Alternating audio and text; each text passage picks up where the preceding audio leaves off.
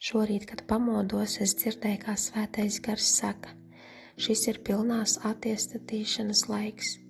Tad es piecēlos un pārbaudīju ēpastu. Pirmais ēpasts, ko ieraudzīju no kāda interneta veikala, bija ar virsrakstu Hard Reset, pilnā attiestatīšana, jaunā sezona ir klāta.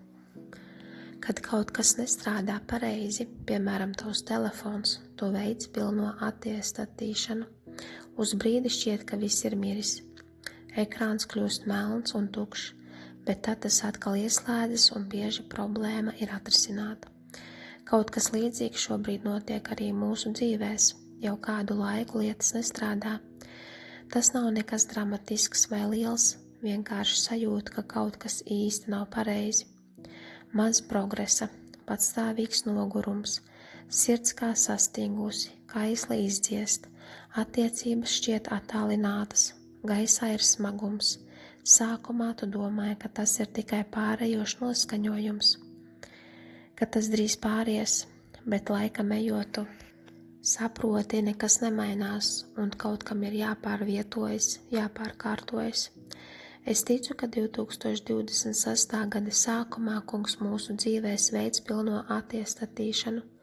Katram no mums tā izskatās citādi, bet tā var būt sāpīga, jo ietvers nozīmīgas pārmaiņas, traucējumus ierastajā, atmešanu, grūtas sarunas, aiziešana no kaut kā atstāšana aiz sevis. Dažas no šīm lietām tavā dzīvē ir bijušas ilgi. Tu pie tām esi pieķēries, un pat ja tu zini, ka tās vairs nestrādā, tās ir pazīstamas, paredzamas, drošas, tu jūties kontrolē, tu zini, ko gaidīt.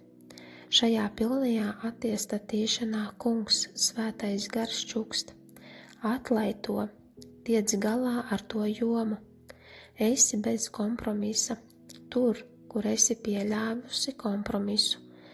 Izrunā sāpīgo sarunu, aizej, pārtrauc to, pārvietojies, pārkārtojies, pārpozicionējies, pieņem grūto lēmumu, ļauj tam, ko tu esi turējusi pie dzīvības uzturošām sistēmām, nomirt. Tas nebūs viegli, tevi pārpratīs, cilvēki apšaubīs tavus lēmumus un motīvus, tevi var saukt par pārgalvīgu vai muļķīgu, tu pati šaubīsies, vai esi izdarījusi pareizi. Tieši tāpēc tā ir pilnā attiestatīšana. Ja tas būtu viegli, tu to jau sen būtu izdarījusi. Iespējams, tā ir lieta, kas tavā dzīvē ir bijusi laba, varbūt pat tāda, ko Dievs pats tev atnesa. Tu par to lūdzi, un ilgu laiku tā bija svētība un dāvana, bet tagad tā kļuvusi par nastu, ko tev vairs nav paredzēts nest. Tās derīguma termiņš ir beidzies. Žēlastība to vairs nepavada.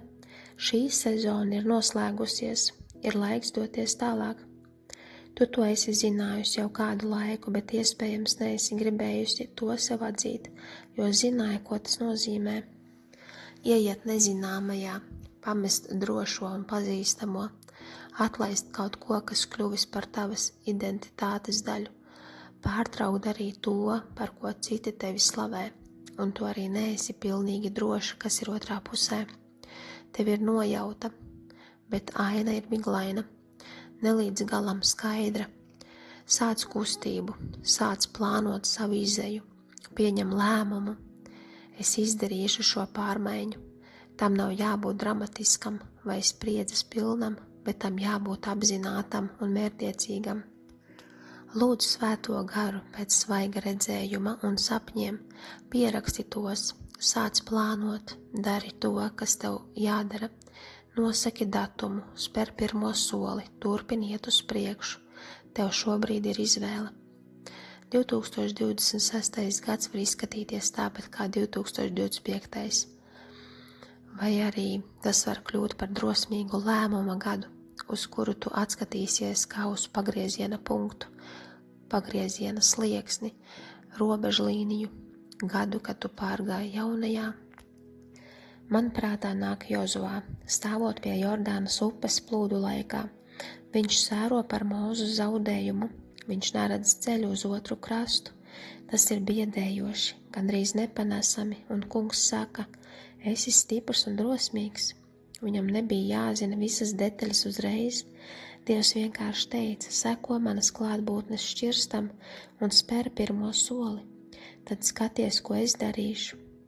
Šodien pavadi laiku ar Svēto garu, uzdod viņam jautājumu, kāds ir pirmais solis, kas man jāspēr tieši tagad, lai ieietu tajā, ko tu man jau esi sagatavojis. Vietās, lietās un attiecībās. Neklīsti vairs tuksnesī, tā nav tava māja, gatavojies pāriet pāri. Viss sākas ar pilno attiestatīšanu.